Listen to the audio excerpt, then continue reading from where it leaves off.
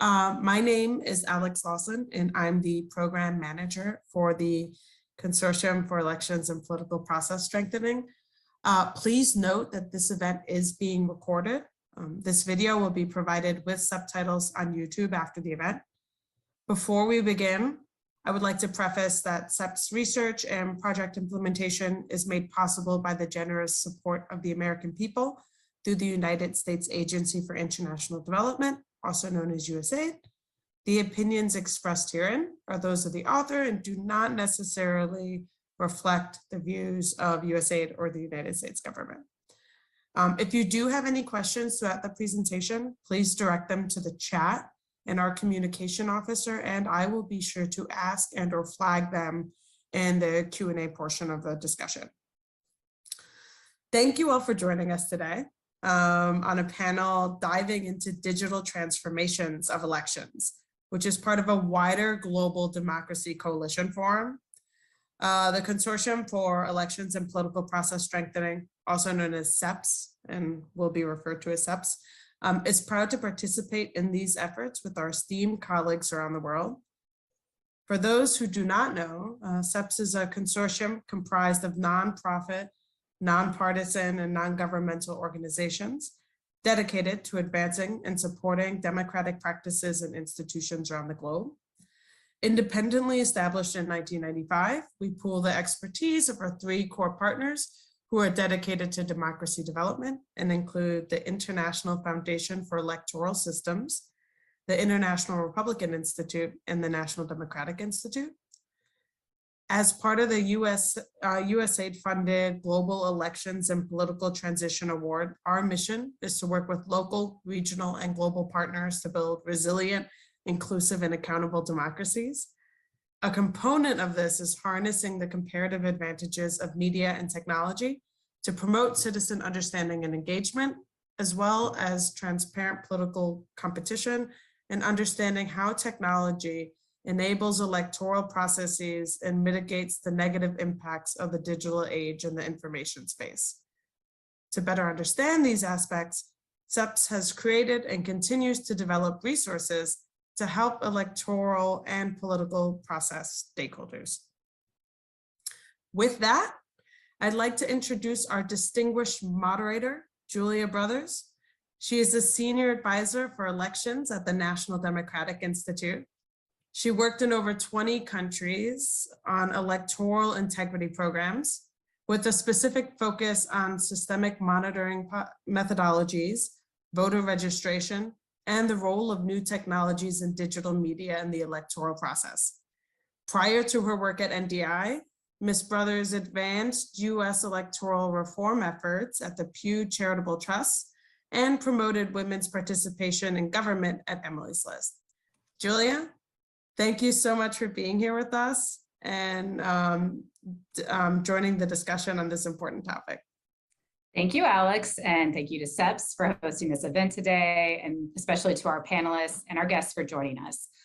We're happy to be part of the global discussion with similar organizations around the world and to address something at the core of democracy, elections. Specifically, we're going to speak today about the impact of digital transformation on electoral integrity, especially with regard to the information space. Before we get our conversation started, I wanted to recommend that our viewers check out counteringdisinformation.org. This is a resource CEPPS developed this year to provide a one-stop shop in learning what resources we have around the globe, what works and what doesn't work when it comes to fact-checking and regulatory frameworks around information in elections, transparency and accountability initiatives online, and the like. The great part of about this tool is that it's multilingual and forever expanding. We want to know what you're working on, and you can submit your interventions there. I wanted to make a few kind of key points before we dive in today. The first of which is that no two elections are alike. No information space is the same as another. However, we do know that there are some kind of common trends and shared experiences that we might see across national and regional divides. And this exchange can help us learn from one another. So we hope that you all will freely share your perspectives with us today so we can kind of collectively work together to move this conversation forward. It's also important to address the urgency of this problem. Democratic elections rely on a competitive process, on faith in electoral institutions, and on informed participation. However, the deployment of false, manipulated, or disorienting information in the electoral environment has been used to undermine these principles in countries across the globe, amplifying voter confusion, galvanizing social cleavages, suppressing the participation of women and marginalized groups, and degrading trust in democratic institutions, and in some cases, electoral outcomes themselves. While disinformation campaigns around elections are not new, advances in digital technology means that they are significantly more effective, reaching unprecedented speeds, distances, and volumes than previous cycles. Meanwhile, there remain few disincentives to dissuade political contestants or governments from engaging with disinformation. At the same time, we're increasingly seeing the combined efforts of civil society and government overcome digital threats and allow space for voters to have their voices heard. In Zambia recently, nonpartisan citizen election observers and fact checkers helped build confidence in the electoral outcome that ultimately saw a peaceful transition of power. In places like Kosovo and Armenia, election commissions and journalists and others monitored and anticipated disinformation threats ahead of elections and built resilient strategies to help safeguard the process. Those working to support democracy are adapting to a new environment shaped by digital transformation, which includes new and often transnational actors like tech companies and PR consultants and others, and threat drivers that often have less transparency in the online space. It also means shifting and expanding timelines and skill sets to meet evolving tactics. While we are in some cases confronting disinformation and other digital threats to elections head on, more fundamentally, we must find ways to build and promote information integrity as a core tenet of open, credible, and democratic political systems. As Alex mentioned, CEPPS is made up of a wide range of teams working globally and has been at the forefront of cutting-edge research while producing new guidance and resources for better managing technology issues in open and democratic societies. So I want to turn now to our panelists who represent part of this global network. What I'll do is introduce each of them, then I will ask a few rounds of questions to kick off the discussion, and then we'll open it up to everyone for questions and answers. First, I'd like to welcome Justice Luís Roberto Barroso. Justice Barroso is a Brazilian law professor, jurist, Justice of the Supreme Federal Court of Brazil, nominated into the position by President Dilma Rousseff in 2013. Since May 2020, Justice Barroso has also served as the president of the Supreme Electoral Court. Barroso has a law degree from the Universidade do Estado do Rio de Janeiro, has a master's degree in law from Yale University, and has a PhD and served as a professor of constitutional law at UERJ, while also doing postdoctoral studies at Harvard Law School. Next, I'd like to introduce Idayat Hassan. Ms. Hassan is director of the Center for Democracy and Development, CDD, an Abuja-based think tank with a focus on deepening democracy and development in West Africa. Prior to joining CDD, Ms. Hassan was a deputy regional coordinator with the Movement Against Corruption, which seeks to eradicate corruption and poverty in Nigeria. A lawyer by profession and a development expert, she's held fellowships at several universities across Europe and America. Her core interest in development work spans democracy, accountability, peace and security, and transitional justice in West Africa. Finally, I'm excited to welcome Suzanne Nossel. Ms. Nossel is currently a member of the Oversight Board, an international body that oversees content moderation on Meta, formerly Facebook. She serves as Chief Executive Officer at PEN America. Prior to joining PEN America, she served as the Chief Operating Officer for Human Rights Watch and as Director of Amnesty International USA. She's served on the Obama administration as Deputy Assistant Secretary of State for International Organizations, leading US engagement in the UN and multilateral institutions on human rights issues, and in the Clinton administration as Deputy to the US Ambassador for UN Management and Reform. As you can see, our panelists represent three different and important perspectives. One from an election management body, one from civil society working around elections, and the third from human rights and social media accountability in the context of elections. So thank you very much for joining us.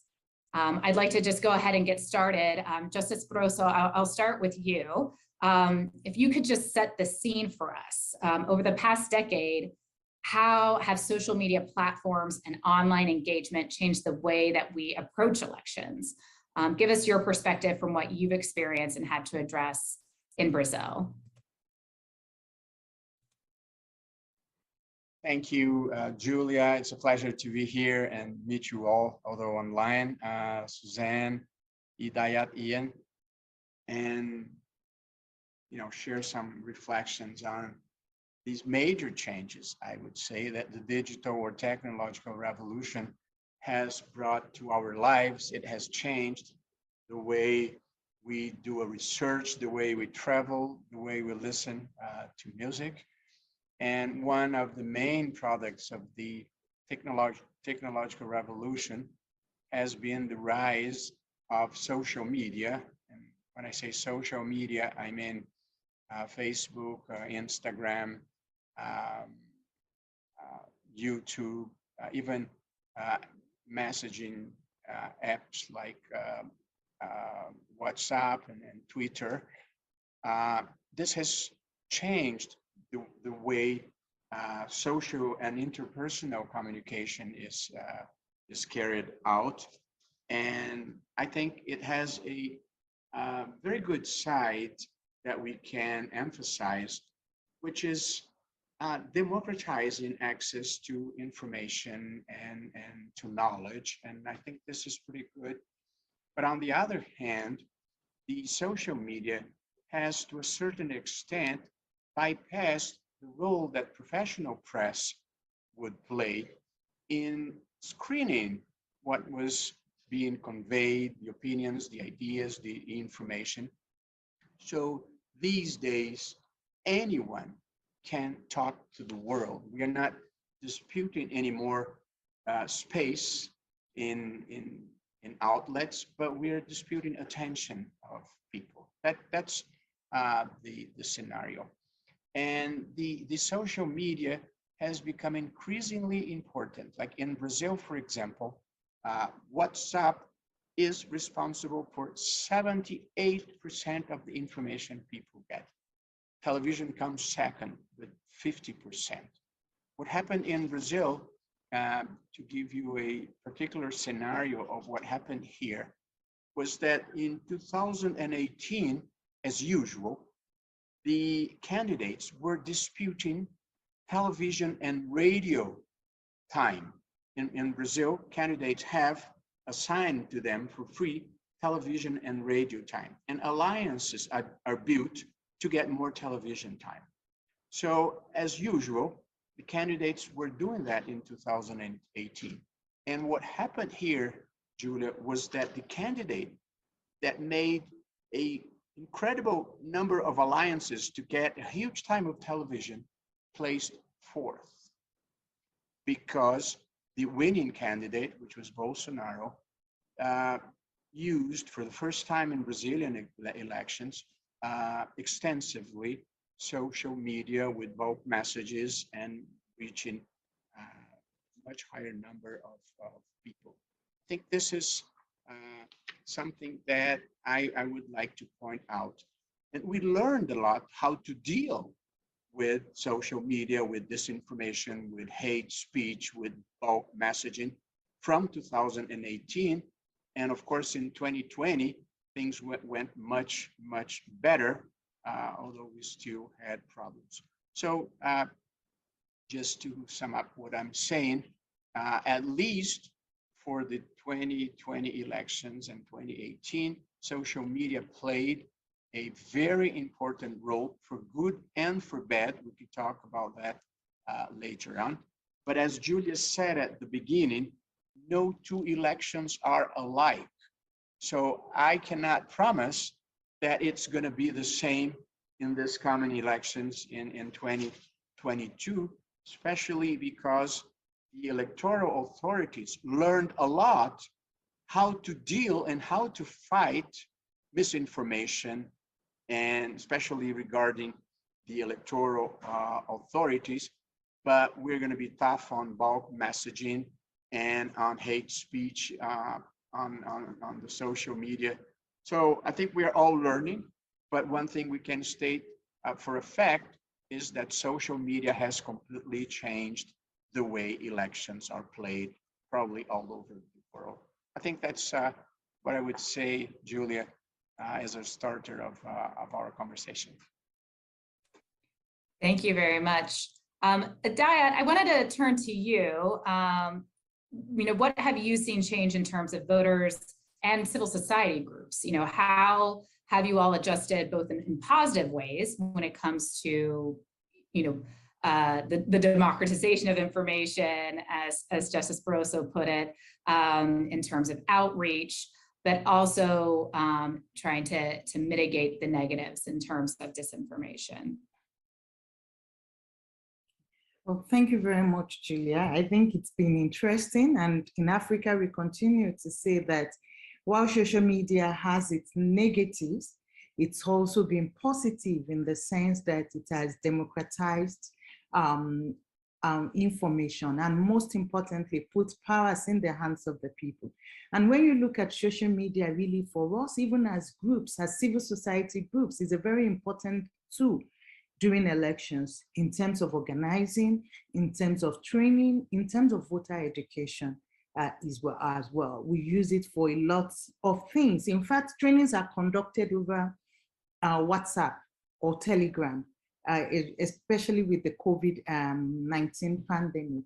But be that as it may, the other negative aspect is the disinformation itself, and even data-driven influence operation in elections. And for us, it's important that disinformation is nothing new. It's always been there. But the difference is the speed, the reach, and of course, the low cost. Because previously, people would go on foot from villages to villages. We call them radio without battery, to spread false information. But now you can put something on social media and it reaches everywhere. And it's also extremely cheap. You can hide in a room and say things. And I think this important thing is that it's affecting how people participate in the whole democratic process itself, aside health outcome. And it has changed how elections is run by both the election management bodies and the civil society organizations.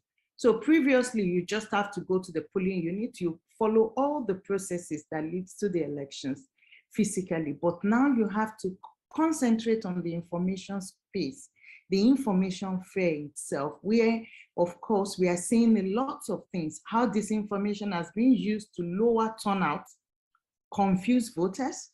In many countries, you find when there is a second round, you find two candidates on different ballots, and people do not even know who to vote for. For voter suppression, and ignite post-election violence. And I think for me, what I would refer to give a vivid example is just the concluded Gambian elections, which held just Saturday, and on Sunday, the result was announced. But unfortunately, yesterday, we were just there and we got news that on a Facebook page of the 3 years Jotna, they published a different result, and they showed that in that result, the UDP candidate actually had more than 300,000, over 343,000 votes, as against the incumbent president of the NPP. And immediately that circulated. Previously, there was jubilation by the winner. Immediately, young people in support of the UDP moved right there onto the street of Banjul. And from jubilation, we saw the election get tense, and fortunately, violence averted. And this is the kind of challenges we have with disinformation in elections. Now, the difficulty again is not even in terms of the law enforcement approach, it's also the multiplicity of strategies that are being utilized. Again, is not, before we talk about computational propaganda, you talk again about more than 11 different strategies at different points in time. People keep getting better. And in the African context, where the online and the offline straddle each other, it becomes extremely difficult, where there are very little capacity and there is less money also being pushed into the addressing information disorder, and more legislation or platforms. And again, I think another challenge to put out, which makes it very difficult, is that the cooperation accorded Nigeria by Facebook or Meta now and Twitter will not be the same in the Gambia, or completely non-existent in Cape Verde, all in the same West Africa. Now it has shown that elections can actually be won using disinformation and other data-driven mechanisms beyond violence or even vote buying. It's become a very important toolkit in an elections, and the capacity are likely not there in terms of addressing it. Thank you. Thank you, Idayat. And you definitely pointed out some issues I know we've all been struggling with, especially related to disinformation around electoral outcomes, right, and election results. I did want to pass it on to Suzanne, also especially related to, when we're kind of talking about the 30,000-foot problem. I'd be interested to get your perspective from the sort of the two hats that you wear, one as a human rights defender and your role at PEN America, but also this sort of new phenomenon we have of platform accountability and your role at the Oversight Board. Yeah, sure. Well, thanks so much for convening this discussion. And it's great to be here. I mean, from our perspective at PEN America, we recognized about 5 years ago that disinformation, even though it's overwhelmingly protected by the First Amendment and by international legal safeguards for freedom of expression, that it nonetheless poses a threat to open discourse and can undercut democracy. And we did a whole analysis of why that was and the ways in which disinformation can corrode citizen engagement, trust in the media's ability to carry out its function as a force for democratic accountability, undermining fact and evidence-based policymaking, distorting discourse through the opaque engagement of foreign actors and people motivated by pecuniary interests that are hidden from view. And we kind of sent up an alarm bell worrying about sort of a plague of cynicism and rising authoritarianism that we thought could ensue if disinformation was allowed to continue to course freely through our society. And I would say over the ensuing years here in the United States, it really feels like I was looking back on this introductory essay that I wrote about 4.5 years ago, and it feels like a lot of that has really come to fruition. I also worried about our ability to respond effectively to national emergencies, including health-related emergencies. And we've obviously seen how disinformation has stood in the way of that. The thing is, the solutions are not simple, and I'm glad that that Luís and Idayat talked about the positives of social media, because that's a lot of what makes this so complex, is that social media is in some ways a great enabler of democracy. And we see that here in this country and around the world. And the task, which in some ways is what we're trying to do at the Oversight Board, to kind of perform this surgery where you preserve that which is good and valuable about social media while trying to excise what seems to be most harmful, turns out to be really difficult line drawing, and there's not a lot of principle to go on. We're guided by international human rights law, by Facebook's own stated principles, but there's a lot of gray area. And in election-related misinformation, I'd say particularly, first of all, we have to distinguish between process-related information, the kinds of things that I think we're mostly talking about on this panel, about how an election is going to be run, where and when you can vote, how the votes will be counted, when the election will be certified. And all of that is becoming more complicated because of the digitization of the process. It's become more complicated in the climate of COVID, where here in this country, mail-in voting has become far more commonplace than ever before. There are now all kinds of rule changes that are being enacted at the state level here in the United States. So things that people are accustomed to in the past are no longer operate the way they once did. And that all provides very fertile ground for disinformation.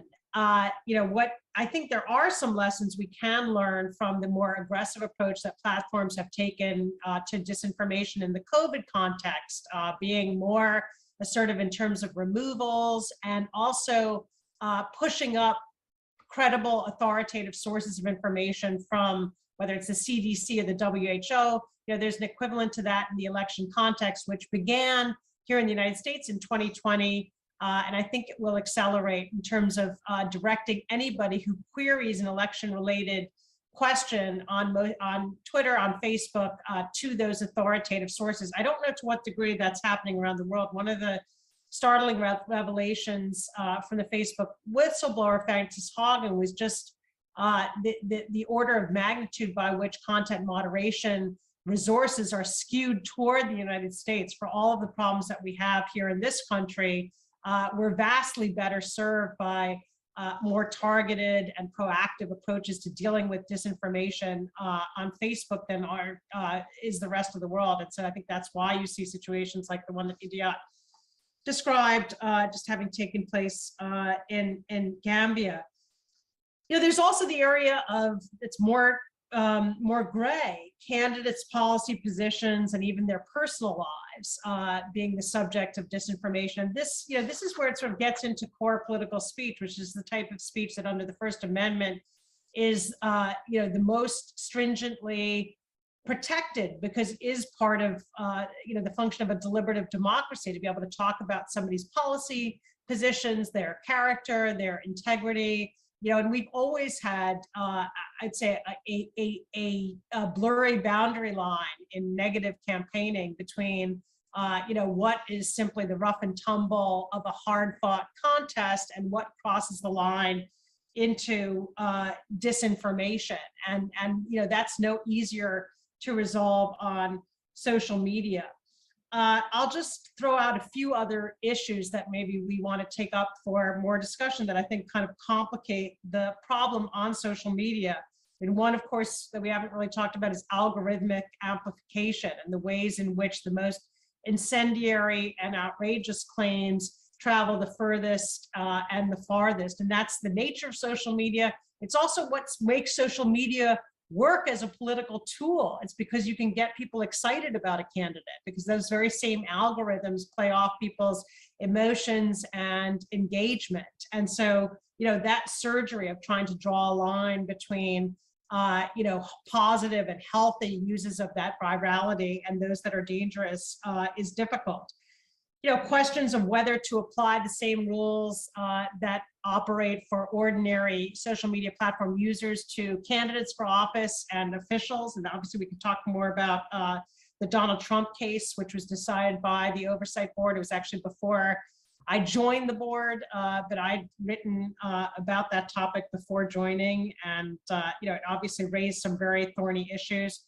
Questions of anonymity, and as a human rights defender, I'm very cognizant of the uses and necessity of anonymity on social media in terms of its utility as a vehicle for exposing human rights abuses. But in the election context, obviously, special issues are raised. You can have legitimate factual information that is propagated and amplified by somebody whose motives are hidden, and you may think it's a local civic organization. It's actually the Russian government that's bringing you this story about Hillary Clinton's financial dealings, for example. And so that makes a big difference and really complicates the calculation in terms of anonymity. I personally believe, particularly when it comes to paid postings, that some of the steps that have been taken to foster transparency, I think are important and need to be built upon. You also have these kind of very gray areas, things like distorted, there was a famous viral video of Nancy Pelosi that had been sort of slowed down. So it sounded as if she was slurring her words and kind of losing her faculties. And there was a big debate about whether that crossed a line. Was that parody? Was that satire? Was that disinformation? And should it have a place on a platform? And so, these questions are not easily answered. And what is, I think, important is that the social media companies are, to a greater degree, having their feet held to the fire. And I think it's extremely important, not just here in the US, but around the world, to be pointing out what kinds of information are spreading. We as an oversight board are very interested in what's going on in tough cases, in instances that would seem to violate Facebook's rules and standards, or to fly in the face of international human rights law. And we examine those cases, and sometimes they're very difficult. But I think the more we can expose and explicate, the better. Thank you. No, this has been a great setup. So we've talked about some of the good aspects of social media and democracy, but also these sort of overwhelming challenges that we're seeing related to disinformation and other kinds of information manipulation online. Before we get too discouraged, I wanted to talk with you all about what works. What have you been doing that you think is actually really kind of improving the information space? And I think maybe Idayat, I would like to start with you. I know one of the greatest strengths that we've seen around this issue has been civil society really taking the reins and working to develop the information space that they want to see around elections. So I wanted to ask you if you could talk a little bit about your work with CDD, especially in terms of building accountability around disinformation in elections. How have you been able to sort of use your monitoring efforts? Because I know that you all have been doing kind of fact checking and media monitoring around elections. How have those been successful, and how have you been using those efforts to sort of hold institutions, candidates, and platforms accountable? Well, thank you very much, Julia. I think what we have learned, and the most important lesson really, is collaboration. And I think with collaboration, we at the CDD have been able to achieve a lot. So if you look at the just concluded Gambia elections, we've been working with 3 local civil society in Gambia, and together we form our election analysis center for these elections. And it was jointly owned by these people. It gave legitimacy to the process because it was by Gambia, with CDD hiding behind them in terms of technical capacity, and they were already working at every point in time. And I think this collaboration has been the most important takeaway, because when we talk about collaboration, the Info-Integrity Network, which most of us belong to, being run by NDI and other partners, is also a very good example in terms of holding other people's hand. So I'll look at our first work with NDI, which had to do with automation. And we saw that with the support they gave us, we saw the importance of adding that to our own qualitative analysis to show more, really. So I think our collaboration is something that works and works and works. And another collaborative effort we have put, particularly in elections, is working with media houses. So as a collective, we jointly monitor the elections, and we use their own platform to put out the information in terms of the reach they have, both online and also the reach they have on platforms such as Telegram and WhatsApp, and their ability to immediately react. And this partnership also prevents them from engaging in partisan interests. So it means that we jointly agree on the news, we do our fact check, we monitor the elections, and we ensure that the right information actually goes into the public fair. And again, talking about partnership, which I've seen or collaboration to be very big, is working with government itself. So most times governments feel like we have an impasse in Nigeria currently, where of course Twitter has been banned. And the Nigerian government is at all odds in terms of engaging Twitter and engaging with other platforms without having the correct information at their own fingertip, or even knowing what the ask should actually be, beyond saying that this platform are utilized to spread disinformation. In terms of supplying them with evidence showing that these are the better ways that could actually be used, I think that helps a lot. And also partnering to train their own fact checkers, even if we will never take away state-driven disinformation from this whole process, I think is important. Then research it is. I think research has driven our work. Like I gave the example of the first use of automation to gather information online. From that, we were able to see that there was 19.5% automation in all the over 33 million tweets we aggregated. And our response went through that. And with the work we are doing with the World Bank now, they've been able to identify over 1 million URLs spreading disinformation online. So these kind of things do work. Then fact checking in local languages, I think is also very important. And picking out the bad apple and reporting them to the platform also works. It works because we are able to monitor at the end of the day that we have reported 100 handles, and out of these 100 handles, it's only 10% that has been taken off. So what exactly is the platform actually doing in terms of accountability? Then naming and shaming is being useful also. So at first, when we fact check, we go without mentioning the name of the party that is actually responsible. Then we discover that because of that, they put their face into most of these messages, but we do not put our faces to it. So resonance with the people becomes very difficult. Then we mention their Twitter handle during elections and say that it is party A, party B who has brought this. And this is actually a fake claim. And when we do our election day activity and post-election, we also do an analysis of the numbers of fake news that emanated from each of the parties. And of course, the media carries it. They do not like it, but again, it is making them to work, as well as ensuring that they sign pacts not to use fake news during elections. I think these are some of the ways that we have worked, but importantly, research has proven very useful in terms of the response to utilize in terms of countering fake news, aside from digital literacy, which can never be enough, or fact checking in spite of its challenges and making it down to local languages, which has been very, very useful, and quality journalism as responses. Thank you. That was, that's a lot of good recommendations there. And I really like talking about building accountability around kind of problematic actors. I think we tend to focus a lot on content when we're talking about, social media and disinformation, when we can actually get a lot more bang for our buck if we're talking about building accountability, right, around repeat offenders, who are oftentimes the ones who are generating large portions of disinformation.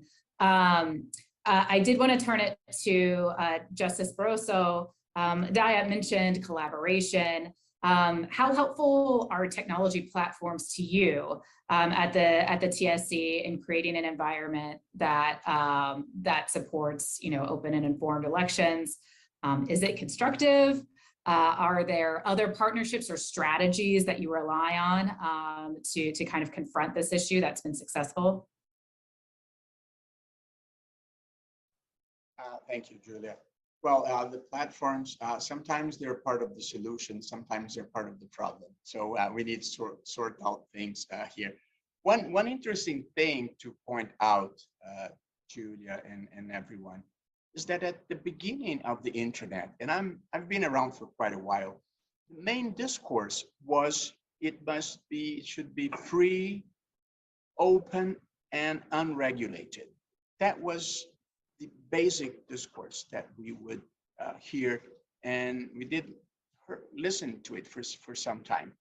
And I think the perceptions have changed entirely, and you need to regulate internet and social media for economic purposes, because you need to apply antitrust legislation, you need to protect copyrights, you need to have fair taxation.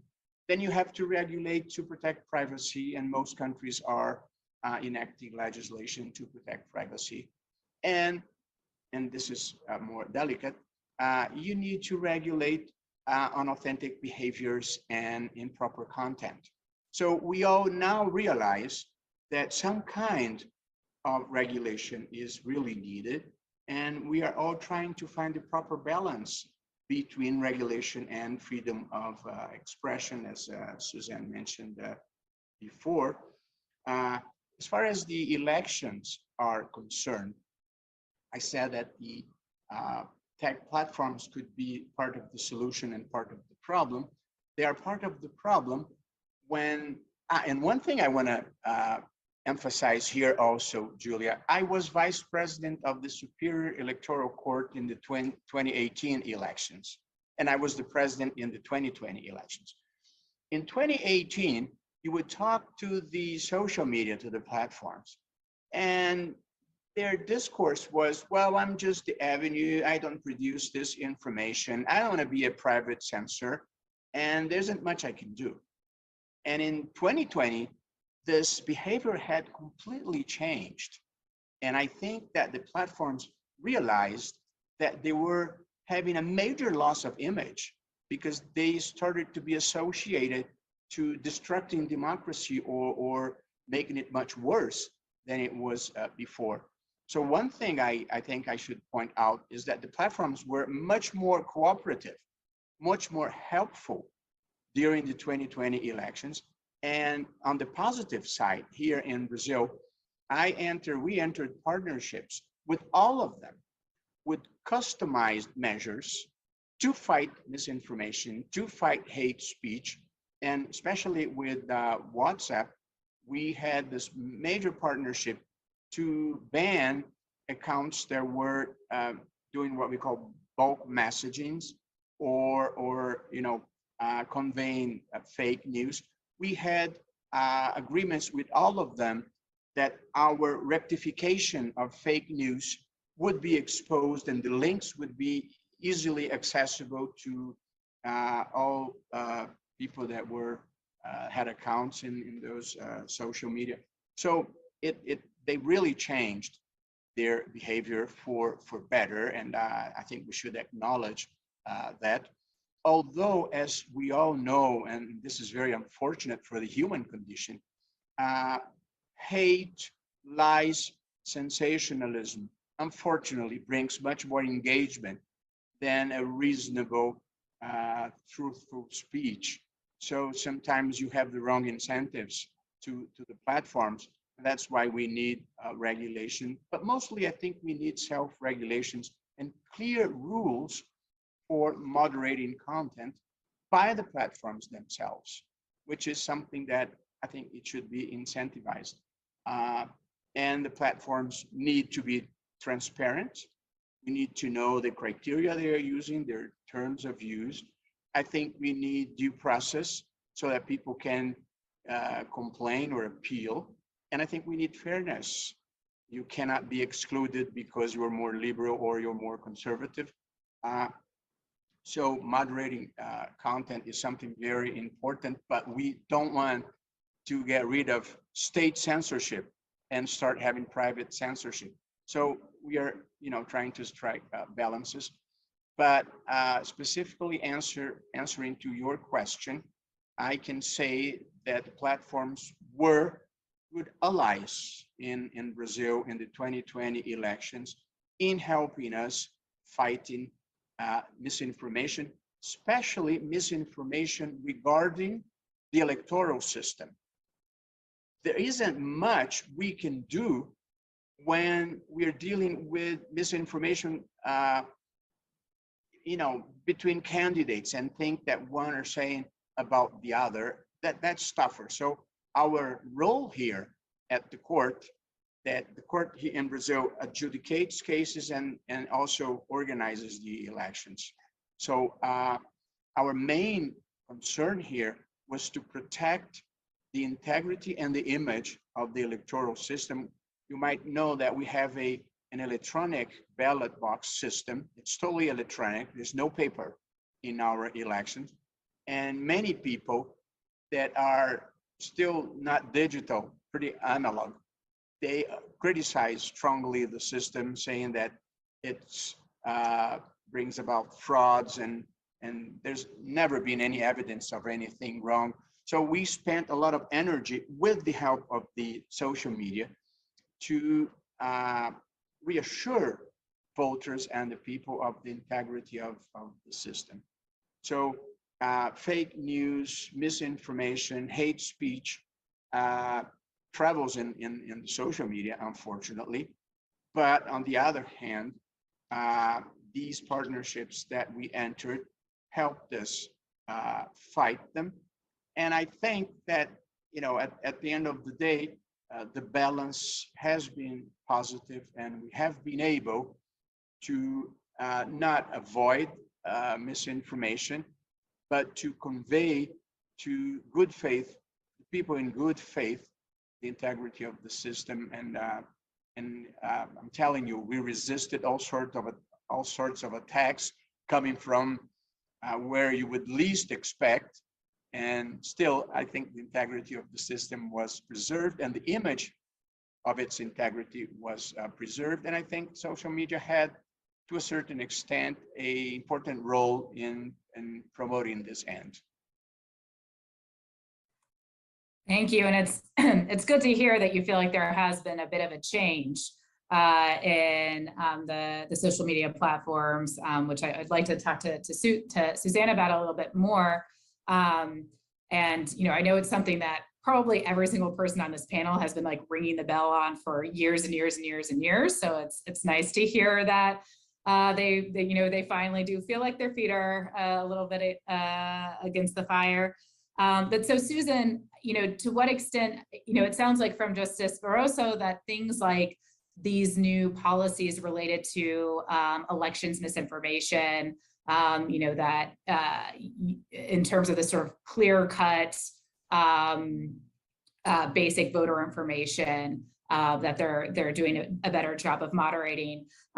We hear a lot about takedowns and the, you know, other election integrity initiatives and transparency initiatives. Like, are these working? Are things getting better? How serious do you think the platforms really are about this? And you know, sort of generally, what role and responsibility do you think that they should be playing in terms of restoring democracy and combating information manipulation online?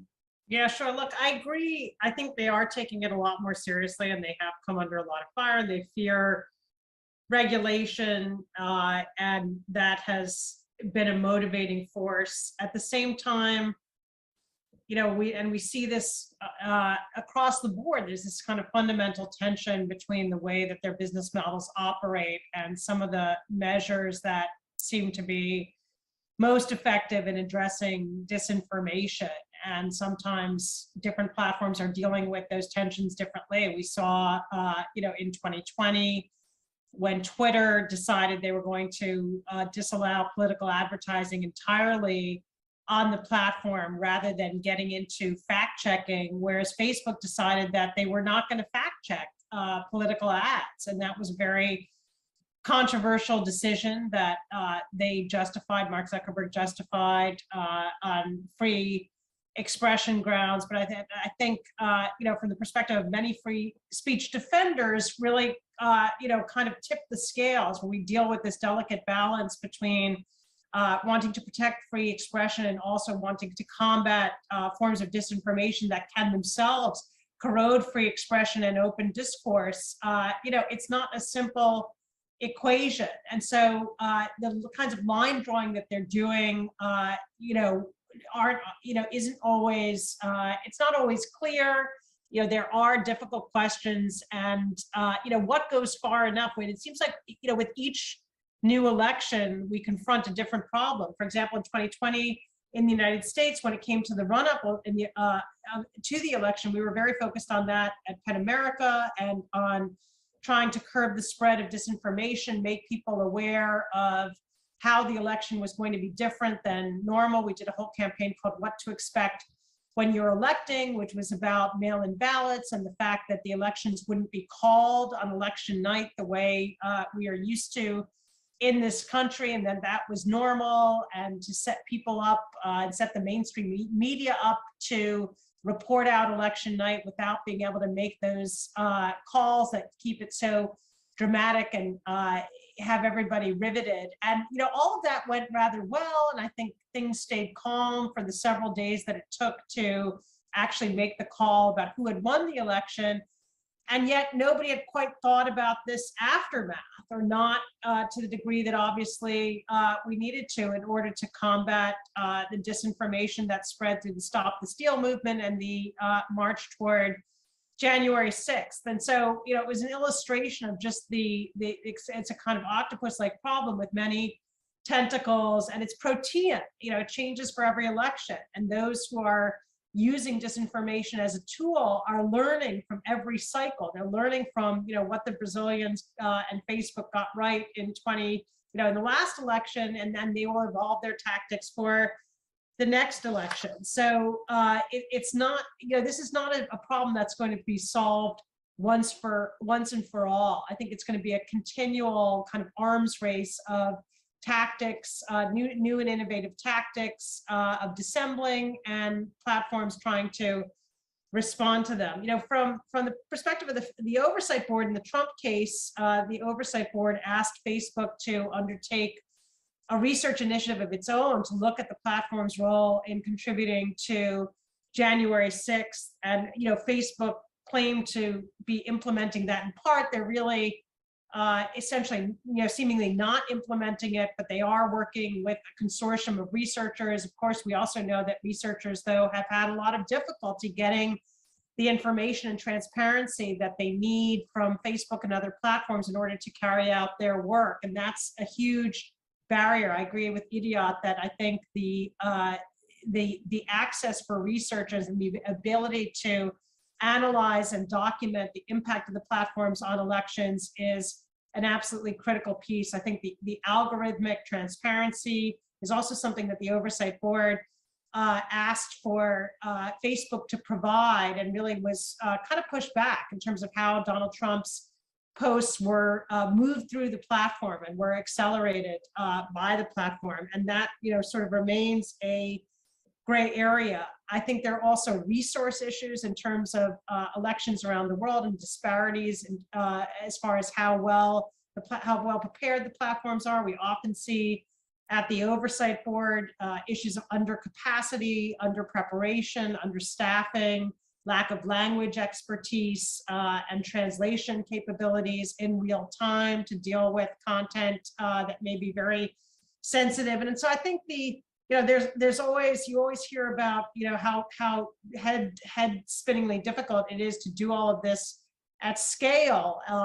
And that's true, but that is the challenge. I mean, the companies are at a scale where they have to match these capabilities to that scale. The Facebook has also announced it's creating a new version of an oversight board that will specifically focus on elections and bring in expertise to set rules in terms of how to, what should be allowed and disallowed on the platform, and how content should be moderated specifically in the election context. I think that's a positive step. I think the outside expertise, if they really are willing to empower that group, to give that group the access that they will need to the kinds of information that make it possible to render sound recommendations and guidelines, I think that could represent a positive step. Great, thank you so much. We are running a little short on time, but I did want to throw out one more question, and this will go out to all the panelists, and just feel free if you have some strong feelings about it to answer, because I did want to talk a bit about something that we know about.